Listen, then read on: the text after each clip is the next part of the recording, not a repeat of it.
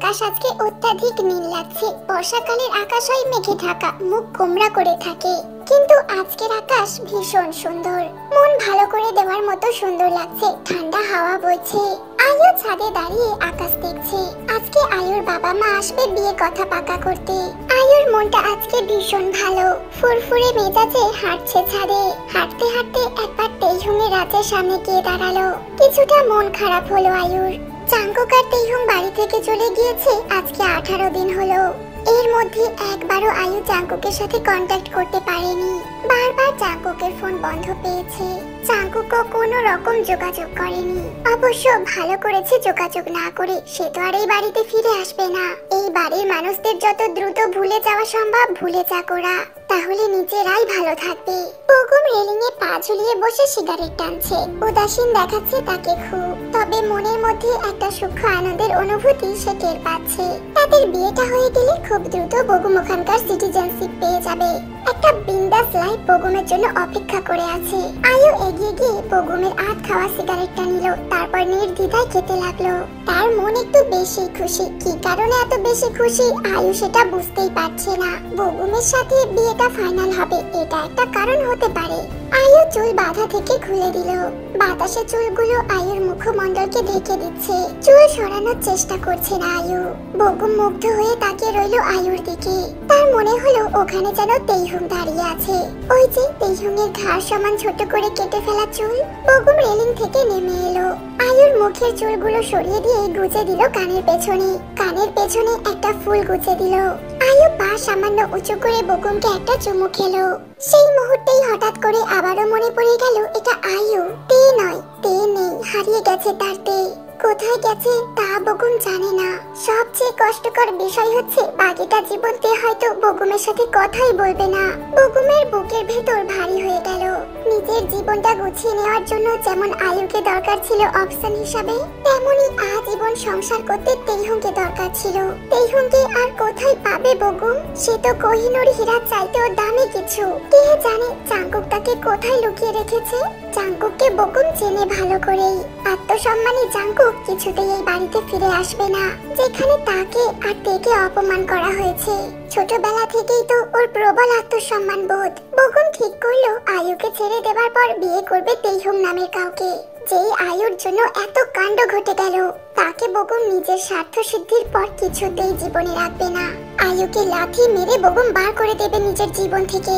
তাকে যে কেমন ভাবে লাথি মারবে সেই স্টাইলটাও বগুম ভেবে রেখেছে। তারপর খুঁজে বের করবে তেইহুং নামের একটা মেয়েকে। দুধের স্বাদ ঘোলে মেটানোর চেষ্টা করবে বগুম। এসব ভাবতেই বগুমের মনটা ভালো হয়ে গেল। আয়ু ঝুঁকে নিচের দিকে তাকিয়ে বলল, জিমিন আপারা চলে এসেছে, চলো আমরা নিচে যাই। বগুম দ্বিধা বোধ করলো। বিয়ের পর থেকে জিমিন তাকে সম্পূর্ণভাবে উপেক্ষা করে যাচ্ছে। সে যে জিমিনের আপন বড় ভাই তা যেন জিমিন ভুলেই গেছে। মানুষ শত্রুর সাথে দেখা হলেও মুচকি হাসে, জিমিন তো তাও করছে না। কেমন চোখ মুখ শক্ত করে রাখে বগুম আশেপাশে গেলেই। জিমিনের স্বামীর সাথে হ্যান্ডশেক করলো বগুম। লোকটা জিমিনের চাইতে একটু খাটো, মাথায় চুলও কম, অথচ জিমিন সুন্দরী। দুজনকে যেন মানাচ্ছে না। আয়ু কিছুক্ষণ তীক্ষ্ণ দৃষ্টিতে তাকিয়ে রইল জিমিনের স্বামীর দিকে। আয়ুকে এভাবে তাকাতে দেখে লোকটা আয়ুর দিকে তাকিয়ে রইল নির্নিমেষে। আয়ুর হঠাৎ করেই মনে হলো এই লোকটা জিমিনকে ভীষণ ভালো রাখবে। এদের বাহ্যিক দিক থেকে অমিল মনে হলেও মনের দিক থেকে যথেষ্ট মিল হবে। জিমিন বিয়ের পর এই তৃতীয়বারের মতো বাবার বাড়িতে এসেছে, অথচ তার মনে হচ্ছে যেন যুগ যুগ ধরে বাবার বাড়িতে আসে না সে। বুকের ভেতর কাঁপছে জিমিনের। ফেজু ভাই নিশ্চয়ই আর বাড়িতে আসেনি। পুরো বাড়ি কেমন খা খা করছে যেন। মা চাচিকে ধরে জিমিন কান্নায় ভেঙে পড়লো। কেমন দম বন্ধ করা অনুভূতি হচ্ছে জিমিনের। এখনো তার বিশ্বাস হচ্ছে না তার বিয়ে হয়ে গেছে অন্য কারোর সাথে। এই অনুভূতি এত বিশ্রী কেন তা জিমিন জানে না। গভীর রাতে যখন স্বামী স্ত্রী একান্তে সময় কাটাতে যায়, সেই মুহূর্তে জিমিনের মনে হয় একটা বিষাক্ত তীর তার হৃৎপিণ্ড এফোর ওফোর করে দিচ্ছে। খুব যত্নে নিজের অনুভূতি লুকিয়ে রাখে জিমিন। এই দম বন্ধ করা কষ্ট থেকে মুক্তি পাবে কবে? এই যন্ত্রণা ফিকে হবে কবে? যদি পারতো তবে মন থেকে ফেজু ভাইয়ের নামটাই মুছে দিত সে। সবার সাথে কথা শেষ করে জিমিন চুপি চুপি ফেজুর রুমে গেল। একটা খাট, একটা টেবিল, একটা আলমারি ছাড়া এই ঘরে আসবাবপত্র বলতে কিছুই নেই। দেওয়ালে ফেজু, বগুম আর জাঙ্কুকের একটা ছবি শুধু। জিমিন ছবিটির দিকে অশ্রু সচল নয়নে তাকালো। লাজুক চোখে তাকিয়ে আছে ফেজু ভাই তার দিকে।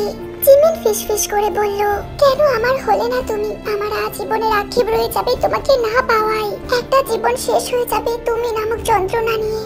জীবনের শেষ দিনে দাঁড়িয়েও আমার তোমার কাছে প্রশ্ন থাকবে, কি এমন ক্ষতি হতো আমাকে আপন করে নিলে? তুমি আমার জীবনের এমন এক অপূর্ণতা, যেই অপূর্ণতা পৃথিবীর সবকিছু দিয়েও পূর্ণ হবে না। আমি তোমায় সত্যি ভালোবেসেছি। জিমিন আসার খবর পেয়ে লুসি ছুটে এলো। খুঁজতে খুঁজতে ফেজুর রুমে পেয়ে গেল জিমিনকে। এসেই জিমিনের বুকে ঝাঁপিয়ে পড়লো লুসি। বহু বছর পর যেন দুই বোনের দেখা হয়েছে। কান্নার জন্য কেউ কারোর সাথে কথা বলতে পারছে না। কথা বলছে তাদের দুজনের চোখের নোনা জল। লুসি কাঁদতে কাঁদতে বলল, শাড়িতে তোকে খুব সুন্দর লাগছে আপা, একেবারে বউ বউ লাগছে। কেমন আছিস তুই লুসি? এত শুকিয়ে গেছিস কেন? আমার কিচ্ছু ভালো লাগে না রে আপা। এই বাড়িতে থাকতে আমার মোটেও ইচ্ছা করে না। তুই নেই, তেহু নেই, জাঙ্গুক ভাই নেই। অন্যদিকে চেনি আপা, ফেজু ভাই তারাও নেই। মনে হয় যেন কোনো পুরো বাড়িতে বাস করছি। এখন আর নাস্তার টেবিলে গল্পের আসর জমে না রে আপা। সন্ধ্যায় চা ঝালমুড়ির টেবিলটা কেমন নিষ্প্রাণ হয়ে থাকে। কেউ হাতাহাতি করে না মুড়ির বড় ডিশটা নিতে। শেষের কয়েক মুঠো মুড়ি খাবার জন্য মুখ ফুলিয়ে ঠোঁট বাঁকিয়ে কান্না করতো সেই তেহু। সে যে আর নেই রে আপা। জানিস আপা, এই কয়েকদিনে আমাদের বাড়িতে যতবার মুরগি রান্না হয়েছে, লেগ পিস গুলো অবহেলায় বাটিতেই পড়ে রয়েছে। কেউ সাহস করে প্লেটে তুলে নেয়নি। কে খাবে বল? কারো সাধ্য ছিল নাকি এগুলোর দিকে চোখ তুলে তাকাবার? অথচ এখন পড়ে থাকে, তাও কেউ খেতে পারে না। পরশুদিন শুটকি রান্না করতে গিয়ে মেজো চাচি তো কান্না করে দিয়েছে। বলতো এ কি অবস্থা? এই শুটকি রান্না নিয়ে সে কি ঝগড়া করতো তেহু। সেদিন নিচে এসে খাবারই খেত না। মেজো চাচি তো কাঁদে কাঁদে আবার শুটকি তুলে রেখেছে। বড় চাচি বলে দিয়েছে এই বাড়িতে শুটকি রান্না একেবারে নিষিদ্ধ। একটা মানুষ চলে গেল, অথচ তার স্মৃতি এমন ভাবে রেখে গেল যে কেউ ভুলতেই পারছে না। আমার ব্যাগে প্রায় 500টা টাকা জমেছে রে আপা। আমি প্রতিদিন সকালে ঘুম থেকে উঠে চেক করি কত টাকা আছে। যখন দেখি সব টাকা ঠিক আছে, তখন আমার বুকটা ভেঙে যায় যন্ত্রণায়। কেন ব্যাগে টাকা থাকে বলতো আপা? তেহু কেন আমার ব্যাগ থেকে টাকা নেয় না? আমি প্রতি রাতে ঘুমাতে গেলে বলি, তুই সব টাকা নিয়ে নেতে, আমি তো শব্দটুকু করব না। তবু তে আসে না রে আপা। কতদিন তে আমার সাথে ঘুমাই না। আমার ভীষণ একা লাগে। রাতে ঘুম থেকে জেগে উঠি, মনে হয় তে যেন ডেকে বলছে, আপা ওঠ না, টয়লেটে যেতে ভয় করছে। তারপর আমি তাকিয়ে দেখি আমার বিছানা ফাঁকা। আমার ছোট বোনটা আমার পাশে নেই। কোথায় গেলে তেহুকে পাবো রে আপা? কেন এত অন্তরটা পুড়ে যায় আমার ছোট বোনটার জন্য? জিমিন কি জবাব দেবে জানে না। তার নিজেরই তো বুক কাঁপছে তেহুনের জন্য। তেহুন একটা টুনটুনি পাখির মতো ছিল। সে সারাদিন লাফিয়ে ঝাঁপিয়ে বেড়াতো।